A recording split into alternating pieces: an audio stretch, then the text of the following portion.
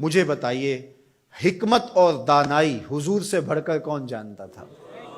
کیسے پیغام دینا ہے، حکمت دانائی کیا ہے، رواداری کیا ہے، یہ حضور کی طرح کون جان سکتا ہے؟ اور کفار مکہ کو سب سے زیادہ تکلیف کس بات پہ ہو سکتی تھی کہ ان کے بتوں کو غلط کہا جائے، اور انہوں نے کہا بھی کہ یہ نہ کریں، ہمارے بتوں کو غلط نہ کہیں، بلکہ حضور کے چچا کے پاس آئے، جناب ابو طالب کے پاس، کہ آپ اپنے بھتیجے کو سمجھائیے کہ ہمارے بتوں کے خلاف بات نہ کریں، انہیں کوئی دولت چاہیے تو بتائیں،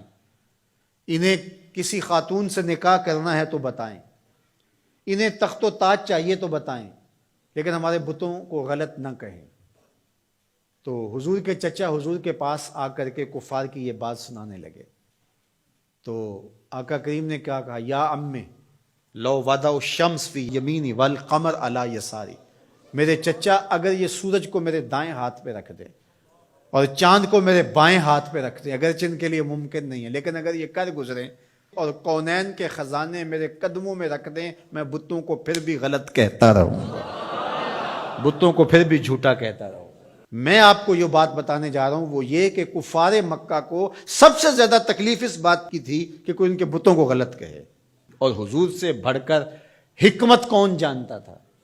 تو چلو اس بات کو آخر میں رکھ لیا جاتا، لیکن حضور جانتے تھے دین کی بنیاد ہی یہی ہے، کانٹے بچھتے ہیں، گڑے کھدتے ہیں، جو بھی ہوتا ہے ہوتا رہے، لیکن لا الہ ہمارے کلمے کا آغاز یہاں سے ہوگا،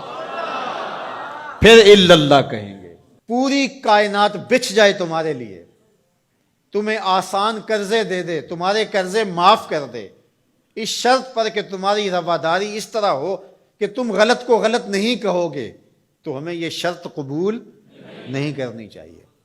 مختلف ادوار کے اندر ہر حکمران یہ کرتا ہے کہ وہ رواداری کے نام سے شریعت کی حدود سے تجاوز کرنا چاہتا ہے۔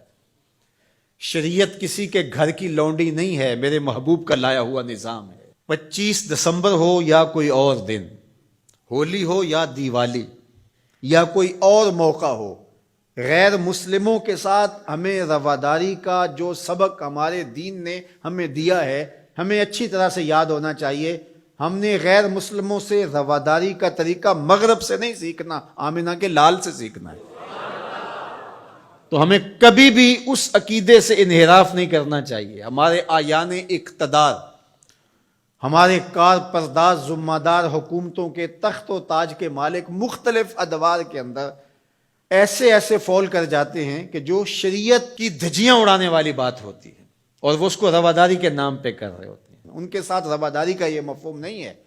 کہ جا کے جو ہے وہ ان کے بتوں کی آپ تعظیم کریں اور ان کے اوپر چڑھاوا چڑھاویں یا پرشاد جا کے ان کی کھائیں، یا اسی طرح جو ہے وہ کرسمس ڈے کے اوپر ان کی تقریبات کے اندر اس طرح شامل ہوں کہ ان کے مذہبی شعار کو آپ جو ہے وہ اختیار کر رہے ہوں، تو یہ ہمارا دین اس کی اجازت نہیں دیتا۔ باقی وہ جو بات کہی گئی کہ تم ان کے جھوٹے خداؤں کو گالی نہ دو، وہ تمہارے سچے خداؤں کو گالی دیں گے، تو اس کا مفہوم یہ نہیں ہے کہ انہیں جھوٹا نہ کہو، انہیں غلط نہ کہو، بلکہ یہ ہے گالی نہ دو۔ سب و شتم سے روکا گیا ہے۔ گالی دینا شائستگی نہیں ہوتی، گالی دینا، سب و شتم کرنا، یہ تو آپ کا اپنا دہن بگڑے گا، آپ کی اپنی زبان خراب ہوگی، تو اس سے منع کر دیا گیا ہے گالی نہ دو۔ تو اس کا مفہوم یہ نکال لیا گیا کہ ان کے بتوں کا احترام کرو، یہ مفہوم نہیں۔ تو یہ نہیں ہو سکتا۔ رواداری اپنی جگہ پر، رعایا ہے اگر غیر مسلم اسلامی ملک کے اندر ان کے ساتھ حسن سلوک اپنی جگہ پر،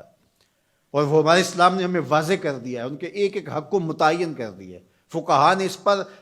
بہت کھلے دل سے بحث کی ہے، کوئی امر مخفی نہیں رکھا گیا، معاہد کے ساتھ، مستامن کے ساتھ، ذمی کے ساتھ ساری چیزیں بیان کر دی گئی۔ بلکہ جو معاہد کے ساتھ جو ہے وہ زیادتی کرتا ہے تو قیامت کے دن اس کا مقدمہ حضور لڑیں گے۔ یہ ہمارے دین نے ہمیں بیان فرمایا، زیادتی نہیں ہے، لیکن اس کا یہ مطلب نہیں ہے کہ جو ہے وہ ان کے عقائد کو اختیار کر لیا جائے یا ان کے بتوں کے اوپر جا کے چڑھاوے چڑھائے جائیں، ان کے منظروں کے اندر جا کر کے جو ہے وہ اس طرح کی بات کی جائے کہ جو ہمارے شریعت اور ہمارے دین کے تقاضوں کے خلاف ہے۔ تو ہمارے دین کا آغاز نفی سے ہوتا ہے، لا الہ، اس کے بعد ہے الا اللہ، تو اللہ کے علاوہ کوئی معبود نہیں ہے، اللہ ہی معبود حقیقی ہے، وہی معبود برحق ہے۔ ہماری پیشانیاں صرف اس کے حضور جھکیں گی، اس کے علاوہ ہماری پیشانی کسی کے آگے سجدہ ریز نہیں ہوگی۔ اللہ اکبر، حتیٰ کہ پیغمبر بھی ہوں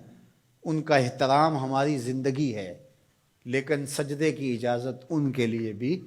نہیں دی گئی۔ ان کو اس مقام پہ نہیں کھڑا کر سکتے جو شان معبود برحق کی ہے۔